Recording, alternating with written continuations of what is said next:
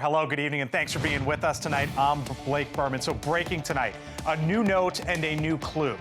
TMZ receiving a letter demanding Bitcoin as investigators finding a black glove. We are live with Brian Entin in moments with the very latest on the search for Nancy Guthrie. Also tonight, clear for takeoff. Did you hear about this one? The FAA shutting down, then reopening airspace in a major American city. Officials linking it to Mexican cartel drones. Local leaders, though, crying foul. I want to be very, very clear that this should have never happened. So what actually happened? The State Department is here with us tonight. Also this evening in the hot seat, the Attorney General Pam Bondi clashing with lawmakers over the Justice Department's handling of the Epstein files. How many have you indicted? Excuse me, I'm going to answer the question. Answer my question. No, I'm going to answer the question the way I want to answer the question. No, Your you're going to answer the theatrics are question the way I ridiculous. asked it. And I told you about that, Attorney General, before you started. You don't tell me Yeah, oh, I anything. did tell you because we Washed saw up. what you did in the Senate. You're a lawyer, not even a lawyer. And that was just the start. Plus, on the job, the White House cheering a job surge in January. But how does it stack up to Trump 1.0? But first tonight, that new demand and a possible new clue as the search for Nancy Guthrie is now entering its 11th day. The Sheriff's Department says they have received thousands of tips since yesterday's release of the potential abductor, that video right there at Guthrie's front door the night she went missing. And today, a new ransom note reported by TMZ demanding 1 Bitcoin. That's about $66,000 in exchange for the name of a suspect. And tonight, a black glove has been found as a part of the search, matching what the suspect caught on camera was seen wearing at the front doorsteps. We are covering this from every angle tonight. John Pistol, former Deputy Director of the FBI, is with us. Morgan Wright, CEO of the National Center for Open and Unsolved Cases and a cybersecurity expert as well. But first, I want to begin with our Brian Entin, once again on the ground for us, Tucson, Arizona. And Brian, it seems like one of the big pieces of news right now, 4 o'clock in Arizona, is this possible clue involving a black glove. What do you know?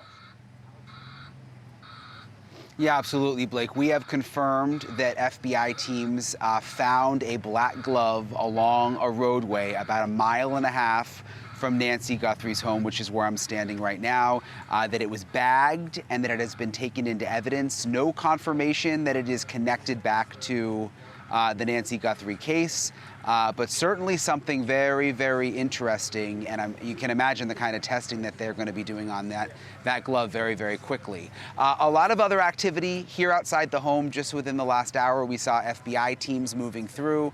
They were searching the brush across the street from Nancy Guthrie's house, and then they were back at Nancy Guthrie's house again, searching in the yard and searching in the side yard. Also, this afternoon, Blake, there were 2 men that I believe were law enforcement, showed up in a gray SUV to Annie Guthrie's house, which is Savannah's sister's house. They had gloves on. They went into the house for about 3 to 4 minutes. They came out with the brown bag, put the bag in their SUV, and then they also went with the gloves on and took the mail out of the mailbox, got into the SUV. We were asking who they were. They wouldn't respond, and then they left. So those have really been the 2 big developments out here. And this is the video right here of when they arrived. Those have been the 2 big developments out here over the last several hours, Blake. All right, Brian, hang with us here. You see John Pistol, Morgan Wright with us. John, thanks for being with us. Just so our audience knows, you were the number 2 at the FBI under George W. Bush and Barack Obama. Let me ask you about what the FBI Director Kash Patel said last night. He said, I do believe we are looking at people who, as we say, are persons of interest. Given what he said last night and the new developments today, do you believe that the FBI and local law enforcement has, quote unquote, persons of interest or possibly a suspect? Or is it, as Brian posed moments ago here on News Nation, that maybe they could be back at square one?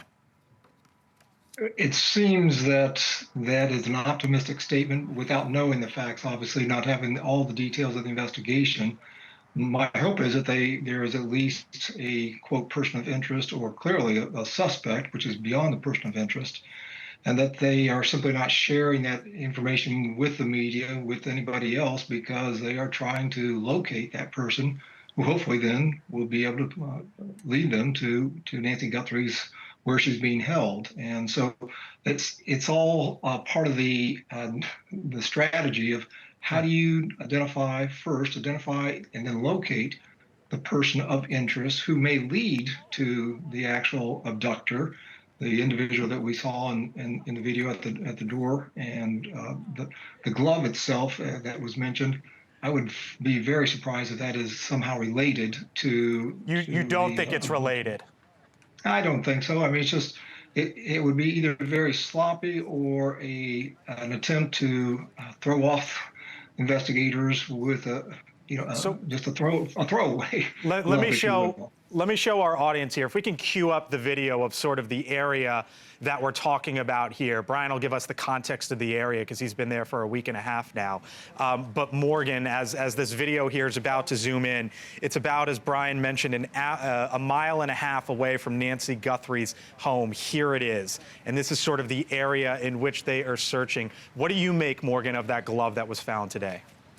It's what John said. We don't know enough yet to know that it's connected, so there's a lot of ifs. So, but what we can do is assume, we can at least create a hypothesis that says, let's assume for the hypothesis that this glove was part of it. What does it tell us? It tells us a direction to travel. It tells us a location that they went. What that means is that we can then focus our resources. I know the FBI is doing this. Look, at the end of the day, and John knows this too, I come from state and local background. Most of them, we all work great together, but when you get, so that the FBI can bring in lots of tech, but when you get down to the state and local stuff, the state and local folks have the knowledge. They have the inherent knowledge of the area. So we need to work together. I think what this does is focus everybody to an area. And if I were in that area, I'd follow the direction of the glove, see where it's going. I did a whole egress analysis on my Substack, Crime Reconstructed. And this is one of the areas I looked at to say, which way would they come out? I would then focus resources to look for additional cameras down that corridor. Morgan, I have just told, and let's pop up the video, that we have images or images as investigators are searching for that glove and the glove itself. This comes to us from courtesy of the New York Post, and there it is on your screen right there. Brian, I showed that, let's keep this video up, but I showed sort of that zoom in from the top. Can you explain to our audience here on News Nation or those listening to us on SiriusXM where this is and the area around it and maybe why investigators went to that particular area? So we knew today, the FBI told us early this morning that they were going to focus on searching along roadways in Nancy Guthrie's neighborhood. And this is in Nancy Guthrie's neighborhood. It's spread out. It's a mile and a half away, but it's a spread out neighborhood. I mean, each house is on anywhere from 1 to 4 acres. So it doesn't surprise me that they found it along the roadway because that was what they were going to do today. I will say, I mean, those black latex gloves are used a lot. I mean, and there's a lot of there's beautiful homes here. There's a lot of construction, there's a lot of painting, there's a lot of landscapers. You think about all of the things that those black latex gloves are used for when it comes to housework and yard work and, if you're anyone who uses a chemical in their job, handyman. So I don't want to jump to conclusions too much with the glove, but at the same time, it's certainly interesting because it looks very similar to the glove that we saw in the photos that were released. John, let me ask you about the report from TMZ, which was they received a note asking for 1 Bitcoin, which price is volatile, as you know, but right now it's anywhere in the area of, call it $65,000 to $70,000 in exchange.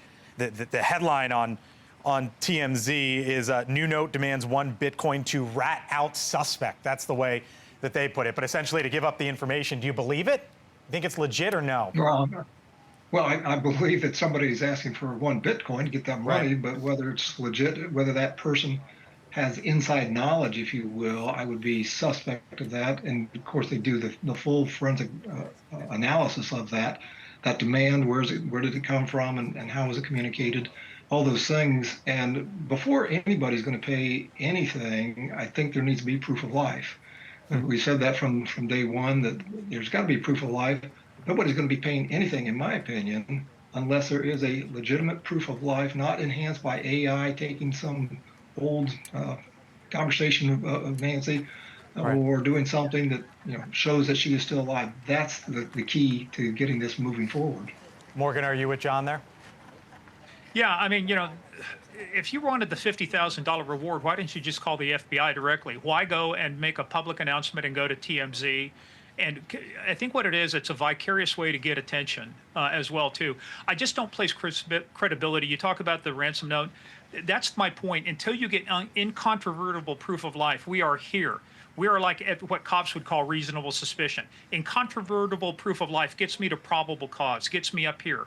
We're not there yet. We don't have anything that says this is something unique and proprietary to Nancy or information only known between the children that she could tell us. Why would you mention a white Apple Watch, which everybody knows she had, and a busted yard light? Why not give me something about what she was wearing, what kind of earrings, what kind of necklace? Does she have a birthmark? Give me something that really you can't find anywhere else out there. And this ransom note, I think, is just somebody being opportunistic, thinking that they're going to make an easy payday. And trust me, with the visibility this case has, and John knows it better than I do, you want a bag of hammers brought down on you, well, then screw with something like this, and the FBI is going to come down on you for this. So John, where do you think investigators are? Because it was obviously yesterday was the big moment of the surveillance video and the surveillance images, and it's now been about 30 hours since that was released to the public. And if you think that maybe they got that a few hours before that, they've had it for, call it, a day and a half. Where do you think they are tonight, John? Well, my hope is that they have eliminated a number of people who they might have had as a person of interest. They had detained the one individual for several hours, released him. And so my hope is that they have a lot more information and evidence, not just information, but evidence that they're not sharing with the public to make sure that they can do everything possible to recover Nancy safely, that she's alive. And again, it gets back to that proof of life. But my sense is there's more, and hopefully there's more that they're not sharing because they don't want this investigation to play out in the public eye, which may limit their opportunities. It comes down to the timing also, where every minute that goes by creates risk for the kidnapper that they will be found, and also creates risk for Nancy in terms of her health condition. So time is of the essence, and here we are 10 days later, and the clock is ticking. John Pistol, former deputy director at the FBI, Morgan Wright, cybersecurity expert, with us as well. Gentlemen, thank you both. Brian Enton, we will be checking in with you throughout the hour. By the way, the Pima County Sheriff's Department, when you think about all the leads and all the tips, they have received, they say, more than 18,000 tips since the beginning of this month, including 4,000 in just the last 24 hours. Some of what they are going through tonight to hopefully find that 84-year-old grandmother, Nancy Guthrie. Coverage continues, but first, the flight freeze. One of the busiest airports in the country today comes to a halt. Why were flights grounded in El Paso, Texas, in the first of its kind stop in decades? Still remains somewhat of a mystery tonight, depending on who you want to listen to. Up next, we're asking the State Department what's going on down there at the southern border. Plus, non-stick Pam. The Attorney General, Pam Bondi, goes toe-to-toe with Democratic lawmakers over the Epstein files in what was a wildly combative hearing. You do a Jekyll and Hyde kind of routine around here, and I just want you to answer my questions. What does Jekyll and Hyde mean? Can you explain means that? You're nice to the Republicans and you turn like Hyde on Democrats. Okay, ground stop to 0630 for how long? 10 days. So the airport's totally closed? Apparently, we just got informed about 30 minutes to an hour ago. So for 10 days, you guys are not open? Well, I mean, we'll be here, but no air traffic. Okay, thanks for that heads up. How about that? An exchange between a pilot heading toward El Paso International Airport in Texas and air traffic control. The pilot learning the airport's airspace suddenly shut down. At the time, they said for 10 days, but just mere hours later, it was reopened. According to the Transportation Secretary, Sean Duffy, the closure was due to Mexican drug cartel drones in U.S. airspace. However, the Associated Press and other outlets are reporting that this all stemmed from the Pentagon's own plan to test a laser to shoot down potential drones, a plan that was reportedly not communicated to all proper channels, resulting in the closure. And now questions tonight about what exactly happened and what might come next year in that area. With me now, Tommy Pickett, State Department Principal Deputy Spokesperson, back with us here on the Hill. Thanks for being with us. Appreciate it. So I'll get it out of the way. You can't speak for the Pentagon. You can't speak for the FAA, but the State Department has classified several of the Mexican cartels as foreign terrorist organizations. With that as the backdrop, what happened along the southern border?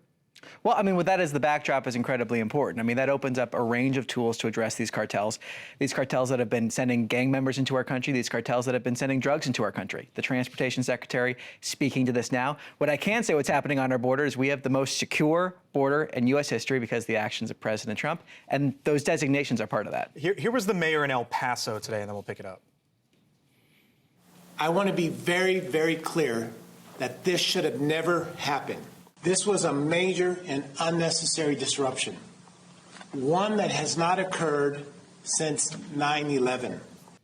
The Republican Congressman Tony Gonzalez said today, this is a Wednesday for us. It happens all the time. So what is the policy? What can we expect the policy to be at the southern border from the Trump administration, Tommy, when it comes to drones in that area? Well, what I can say, the policy is to secure the border in the sense that we are not going to allow cartels to infiltrate our country. The president has been very clear on that, and the policies have been successful in securing our border. We are going to make sure that cartels cannot send deadly drugs into our country, cannot send gang members into our country. That has been the clear policy he's been delivering. And from the State Department's perspective, to broaden this out, we've actually seen a whole regional approach to this in order to accomplish this policy. There was even a report today that this was a balloon, a party balloon that was shot down. Can you tell us exactly what was shot down? Well, look, the Transportation Secretary has spoken to this in terms of the incursion that we saw from a cartel drone. We take combating the cartels incredibly seriously. The previous administration had the worst border crisis in U.S. history. Under this administration, we have the most secure border in U.S. history, and that is because of the policies of President Trump. Let me take you to a big meeting in the White House today. President Trump meeting with the Israeli Prime Minister Benjamin Netanyahu on the way forward potentially in Iran. And I want to show you this in our audience. Come on over here for a second. This was the nuclear complex there, Isfahan. This is what happened after the president ordered Operation Midnight Hammer for our audience and for Tommy. Right, destruction or obliteration, as the president describes it. But this is what's happened since, and you can see a rebuild of parts of that complex, Tommy. So when you look at those images and what we're hearing from the president about maybe a big decision to come, what does the administration believe right now that Iran is trying to accomplish? Well, I think the best way to answer this is to say what the president wants to see from the regime in terms of a deal. And he's made clear his preference is a deal. He wants to see an end to their nuclear weapons program. He wants to see an end to their malign activities, including the ballistic missile program, including the foreign terrorist actors that they are funding. We have a maximum pressure policy we've implemented to deny them the revenue they need in order to implement those policies. If anyone is doubting that President Trump means what he says, they just need to look at Operation Midnight Hammer, as you just described. The president means what he says, and he's made his goals clear here. There's reporting tonight that a possible second carrier group is going into the region. But the president also put out that post today about wanting to make a deal. Why should we believe, Tommy, that negotiating with Iran will work now? Well, the president is clear he retains his options. As he said in that same post, the Iranian regime made clear before Midnight Hammer that they weren't interested in a deal, and you saw Operation Midnight Hammer. The president means what he says. He retains his options. But in issues across the world, the president is a peacemaker. He's a deal maker, but he's going to stand up for America. He's going to accomplish our national interests, and he has been very clear with the regime about what he wants to say. Your boss, Marco Rubio, the State Department the State Department secretary, heading over abroad to the Munich Security Conference. Vladimir Zelensky is going to be there. What reasonably can be accomplished with the secretary going over there? He's in there tomorrow. Yeah, I mean, he's going to have a whole series of meetings with world leaders. I think the message is clear from the United States. It's one that has been made by the president and the secretary routinely. It's about the idea that decline is a choice that we are rejecting. We are going to have a stronger America. We're going to build partnerships. We're going to address these challenges in a way that makes sure that we have secure supply chains, that we're having policies that have a new American century, that we're going to reject the failed policies that have been pursued from mass migration to climatism that has really hurt energy. The president's been clear he's delivered this message, and the secretary is going to deliver that message as well. Tommy Pickett with the State Department. Thank you, sir. Thanks for coming on in. Appreciate it. All right, still to come tonight. Something to keep in mind, by the way, in El Paso as it relates to the airport there. It is one of the busiest airports in the U.S., serving over 3 million passengers per day, where we started the segment tonight. Meantime, live look, Tucson, Arizona, where at this hour, investigators discovered possible new evidence in the search for Nancy Guthrie. That glove, a black glove. We have pictures now of that evidence. Brian Enton on the other side, live with what he's seeing in Tucson. Plus, Pam Bondi, grilled on Capitol Hill, the Attorney General facing these questions about her handling of the Epstein files. There is no evidence that Donald Trump has committed a crime. I believe you just lied under oath. There is ample evidence in the Epstein files. Don't you ever accuse me of a crime. I believe you just lied under oath. Bottom of the hour, of course, the top story as it's 4:30 in Tucson, Arizona tonight, where there is a potential new clue in the search for Nancy Guthrie. A first look tonight at a black glove that was found by investigators, and this is courtesy of the New York Post. It is similar to the one that was seen in surveillance video of Guthrie's potential abductor. The discovery comes as detectives and agents work around the clock to find whoever is behind her disappearance. Back with me once again, Brian Enton, Morgan Wright. This is the video, guys, and Brian and Morgan, thanks for being with us. Let's actually put that video back up if you don't mind, because this is the New York Post video of them finding that black glove. Brian, you told us at the top of the hour this was about about a mile and a half away from Nancy Guthrie's home. The significance tonight, as you see it, Brian, with investigators finding that on the side of the road.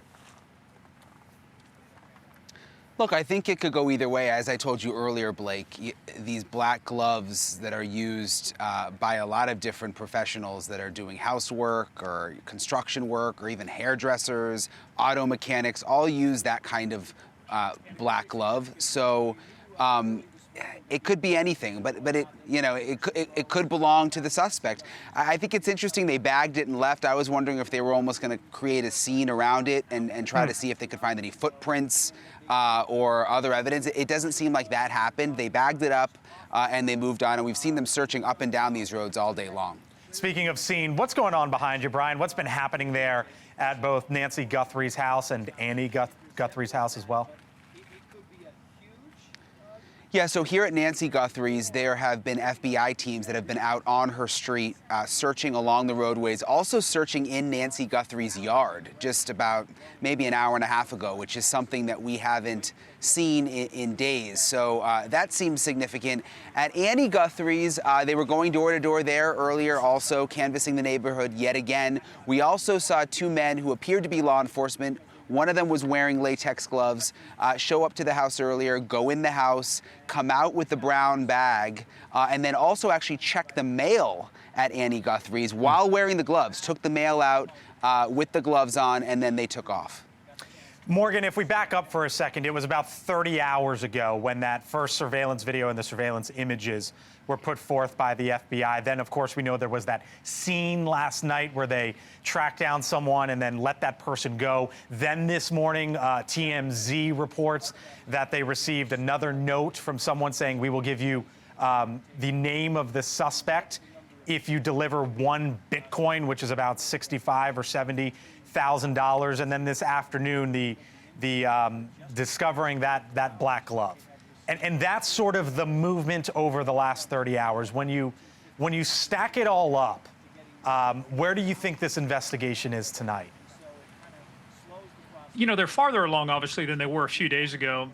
The question, here's the thing. When I was doing big investigations, we had homicides with victims that were run over by their own car, evidence spread out all over the place. Sometimes you just got to get lucky. I mean, and what they were doing is just good old-fashioned work. They're going down the road. What this does, though, we don't know if it's linked yet. Trust me, right now, the FBI has got it back.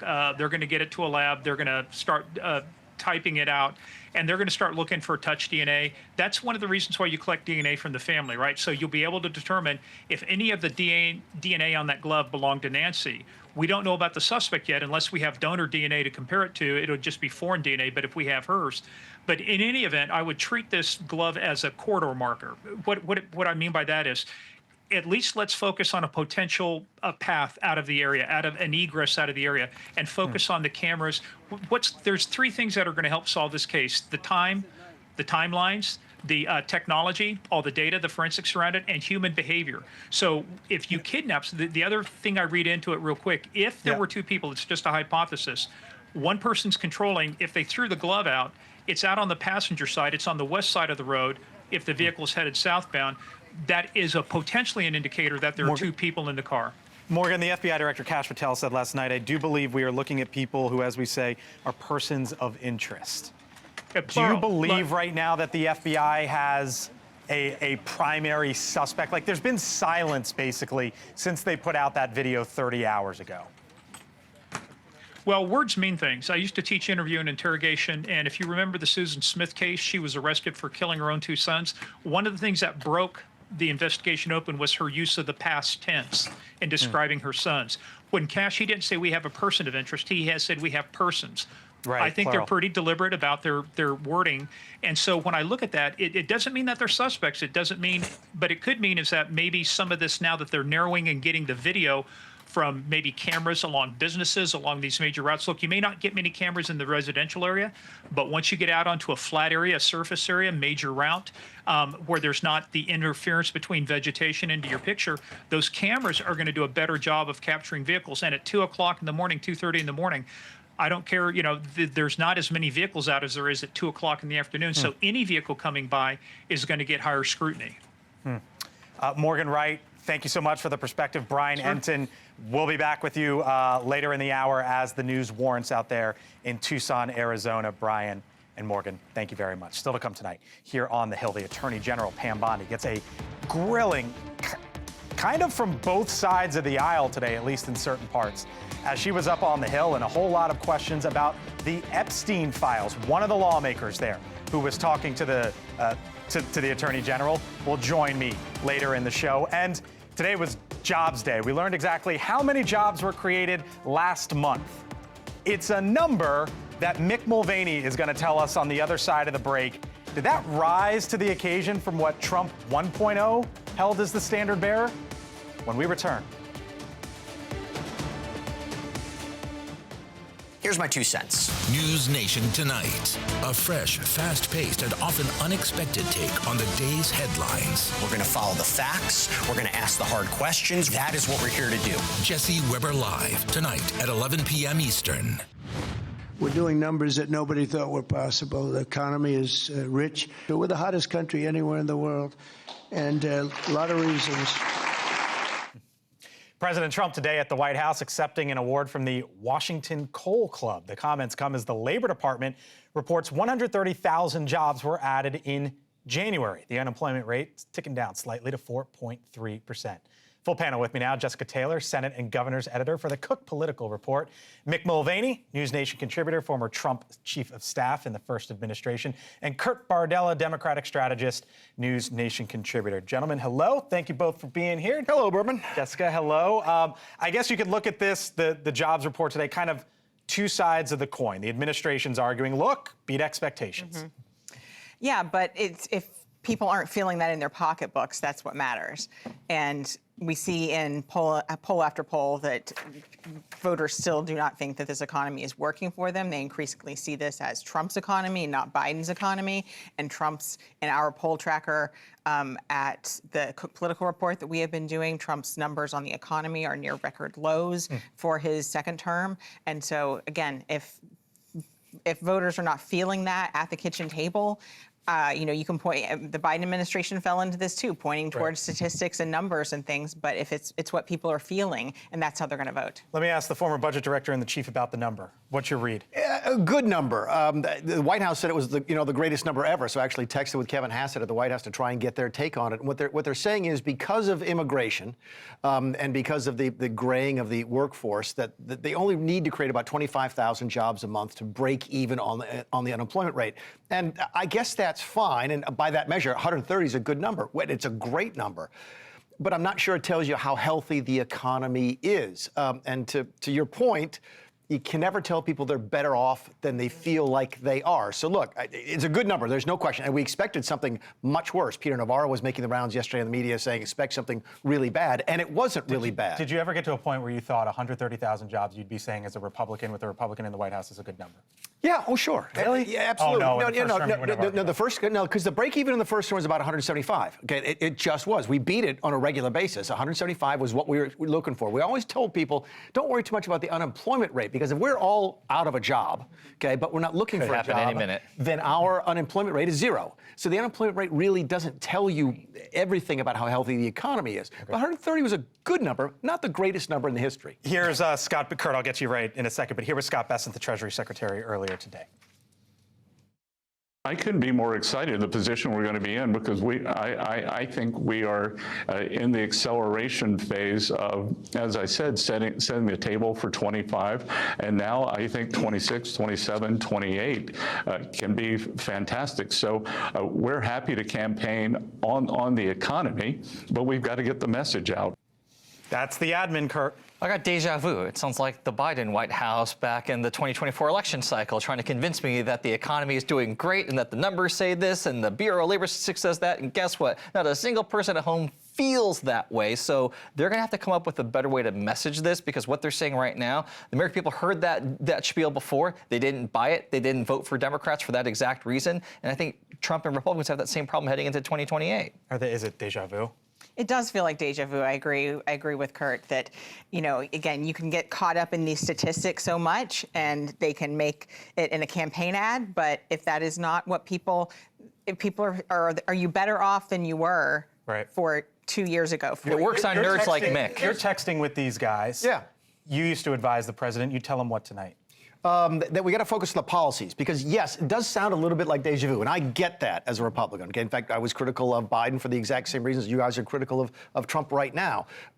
The policies are different, and a lot of the things that they're doing should kick in this year. The One Big Beautiful Bill kicks in. A lot of the deregulation should kick in. So at least you're like, look, you're not feeling it yet. Tell people, go ahead and be honest with self-sabotaging of the economy by the Trump tariffs. We get that you don't feel it yet, but you're going to feel it because the policies are different than they were under Biden. By the way, there was a big story down in El Paso, Texas today. Just a little context. El Paso, Texas has the same population as Las Vegas proper and Washington, D.C. proper. Big airport down there. And we woke up this morning with a story of shut down the airspace for 10 days. And the Trump administration, then it was reversed, right? They said, nope, airspace, El Paso Airport is back open.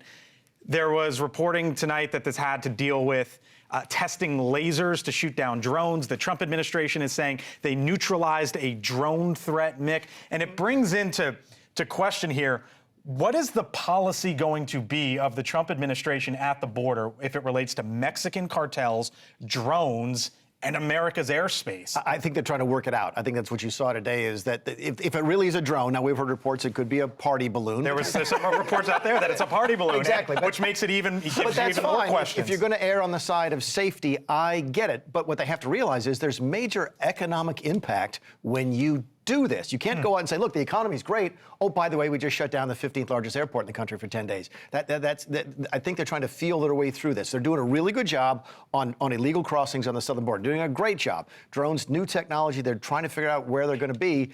Is this an overreaction? Probably. Again, the last time this happened, I think, was on 9/11. You live in Texas. Yeah, I was at DFW this morning when all this was going down, watching it very intently to see what my flight situation might be if it was going to be impacted, because they were directing everyone from El Paso to DFW.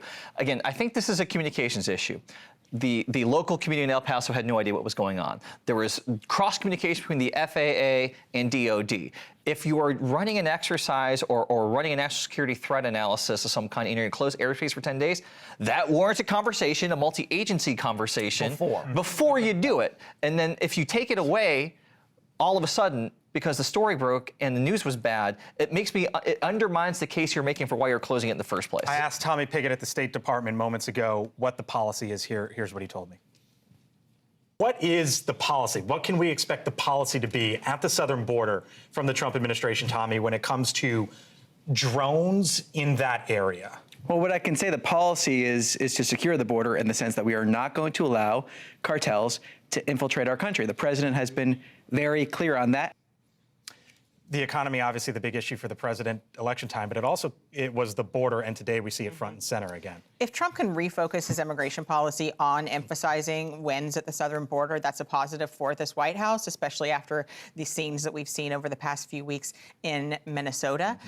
So if that directs that conversation back, but I think just the chaos that all of this caused just kind of throws what's the story going to be about? It's going to be about why was this 10 days? You know, it brought back to me, when I immediately saw this last night, fears about what happened here at DCA and the crash with the helicopter. I mean, was it something, you know, because you do have to work out the civilian versus military airspace, but to sort of capriciously close it for 10 days, I think, raised a lot of questions. If it turns out to be a party balloon, they're going to look like idiots. Jessica, thank you. Mick, thank you, sir. Kurt, glad you made it on in. Still to come. Other side of the break, the Attorney General Pam Bondi facing tough questions in her handling of the Epstein files. Coming up, Congressman Kevin Kiley, he was in the room. He is also voting against a measure on the president, and the president just said, come election time, there'll be consequences. The reaction from the congressman when we return.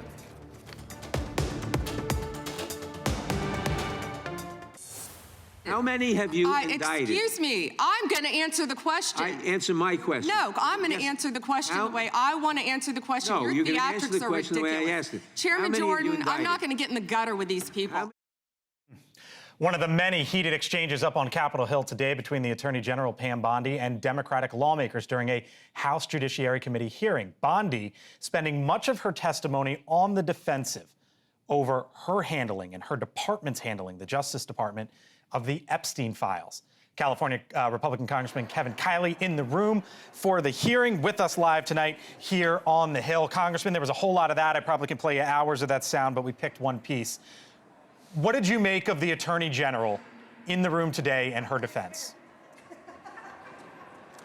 You know, it was a contentious hearing, but it's not dissimilar to hearings we've had with any number of cabinet officials. And, you know, you certainly had folks weighing in on both sides on issues where passions run very high. So, you know, you tend to see this at these hearings. It'd be nice if we could have a little more decorum just overall, but I've been through a lot of these with cabinet officials on both sides of the aisle now. And especially, it seems, in our committee, things just tend to get a little tense. Are you impressed with the way that she answered today? I think that when it came to the concerns that I had, for example, on the issue of sanctuary jurisdictions, I think she was very solid. She pointed out that we had 4,000 plus people in California who are here illegally, were committed very serious crimes, and then were released. And the problem with this is that it then forces immigration enforcement to take place in the community when it can be done much more readily and in a much more orderly fashion if you just have a handoff of custody in a custodial setting. So, you know, the issues I cared about, I brought that up. I brought up the issue of the parents' memo, where parents were targeted. I thought she did fine. Let me move you to some news because you are right in the middle of it, Congressman, as you know, but for our viewers here on News Nation, for those listening to us on SiriusXM, you are one of 6 Republicans who just voted to essentially rebuke the president on his tariff policy and how he's handling it as it relates to Canada. Here was the president just moments ago. He said any Republican, of which you are, in the House or the Senate that votes against tariffs will seriously suffer the consequences come election time, and that includes primaries. As I mentioned, you are one of 6. What would your response be to President Trump tonight? You know, look, Blake, you can really tie yourself in knots trying to figure out, oh gosh, what are going to be the political consequences of every vote that I take? But, you know, that's not, I think, how the best way to approach this job is. I approach each vote in terms of what's going to be best for my district, for my state, and for the country, and then trust that come election time, you know, voters will judge me by the entirety of my record. Do you worry about him following through on a primary threat? And just for some background, you're in one of those redrawn districts in California, so you're trying to figure out which one to run in. And if and when you decide, I'm going to run in whichever one you so choose, and Trump says, you know what, I've got someone that's running against Kiley, does that worry you? You know, again, I try not to look at things from that angle or to worry about that. Like, I try to do the job that I was sent here to do. And not in the least bit, Congressman? Politics.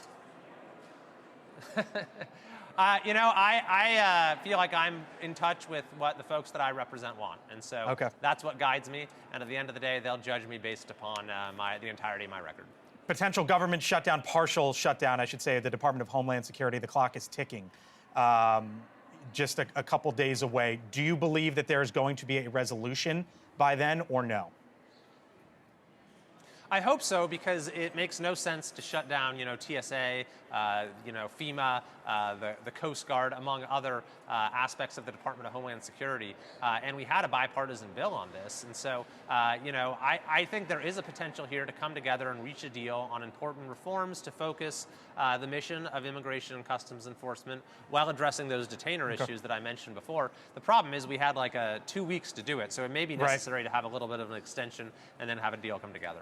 And that is the deadline there. 2 days and now under 5 hours. 2 days, 5 hours, essentially, for that deadline. Kevin Kiley, Republican, California, as I mentioned, in the middle of some news tonight, with us tonight here on the Hill. Thank you, sir. We'll talk again soon. Before we head out this evening, live look, Tucson, Arizona, where the FBI is actively conducting extensive searches along multiple roadways in the Catalina foothills, and tonight, possibly a breakthrough. This is the video from the New York Post that shows a black glove found in the search. It's the top right there of your screen. Looks similar to the one seen in the surveillance footage that was released by the FBI just yesterday. Our coverage will continue here on News Nation. I thank you so much for watching us tonight here on the Hill. I'm Blake Burman. We'll be back with the news tomorrow. But until then, I hand it over to Elizabeth Vargas, live, as our coverage continues here on News Nation.